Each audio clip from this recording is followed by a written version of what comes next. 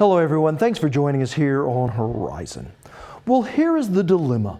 In just 5 short years, Oklahoma could have as many as 80,000 job openings in the STEM fields of science, technology, engineering, and math, all fields that pay well above the state average.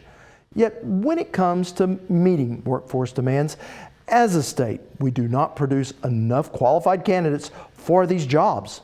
That's why, for the past 3 years, Governor Fallin has brought industry leaders, educators, and public policy experts together to look for solutions. Blaine Singletary has our story. At Governor Mary Fallin's annual STEM Summit, even paper airplanes get scientific. Every single booth on the expo floor contains students and their teachers passionate about their hands-on work. We do autonomous robots. That is robots that run on their own. So we're teaching kids how to write computer code and apply engineering design concepts using robots. Steve Goodgame is the executive director of the KISS Institute for Practical Robotics in Norman.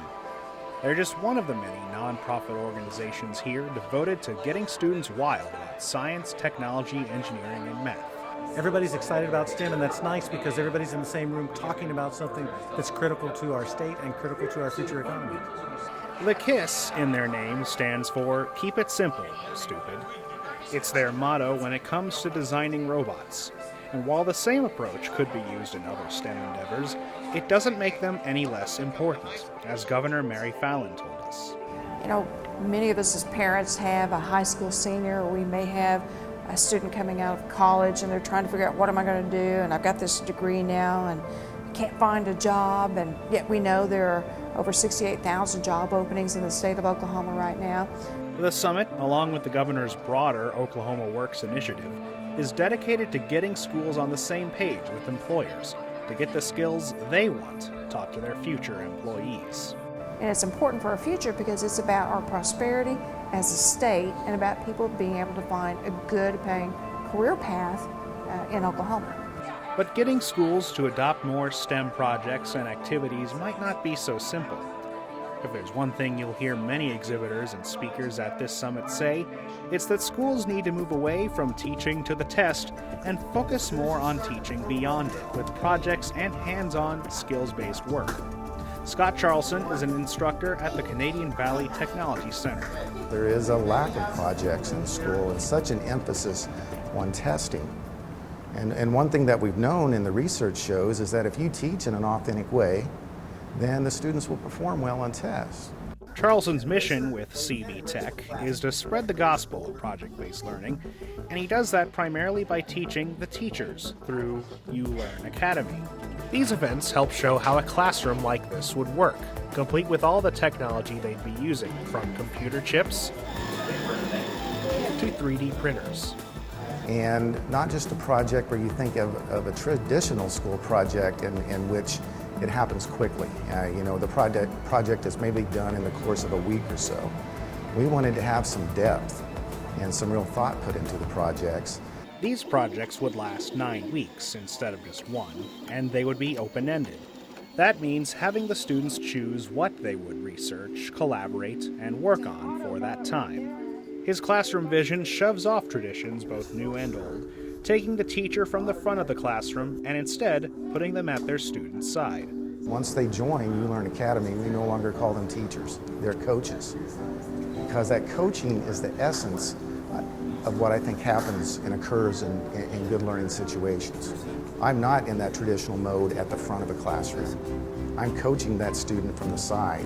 I'm asking the right questions. And if there's any doubt the students are enjoying this alternative, just ask them. We build bridges, and we make airplanes, and we build robots, and we build wind turbines, and we compete at competitions.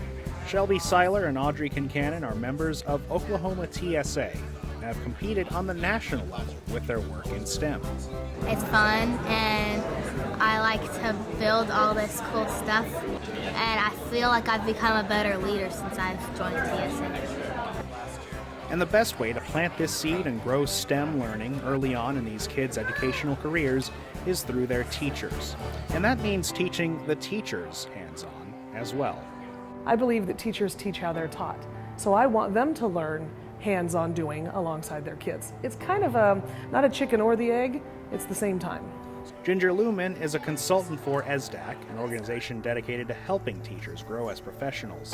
That means helping them connect better with their students, and she has a very simple idea for how to foster a better working relationship between them. We should help them understand what their strengths are, what their interests are. School, unfortunately, is a lot of time focused on where kids are wrong, where they're slow, where they're weak, where they're stupid. So why don't we help them figure out what they're interested in, what they're good at, start there, and then help them learn how to minimize their weaknesses. All these changes may seem daunting to educational institutions, but the big message at this summit is just as technology and engineering is evolving, so must the way we educate. Again, Governor Fallin. In today's fast-paced, ever-changing, technology-driven world, our manufacturing facilities across our nation, across the world, are highly sophisticated and they're driven by technology, and you have to have some type of science, technology, engineering, math, critical thinking type skills. You can't just be an able-bodied person showing up and get a job. When we return, my conversation with the director of the Center for Public Policy Priorities.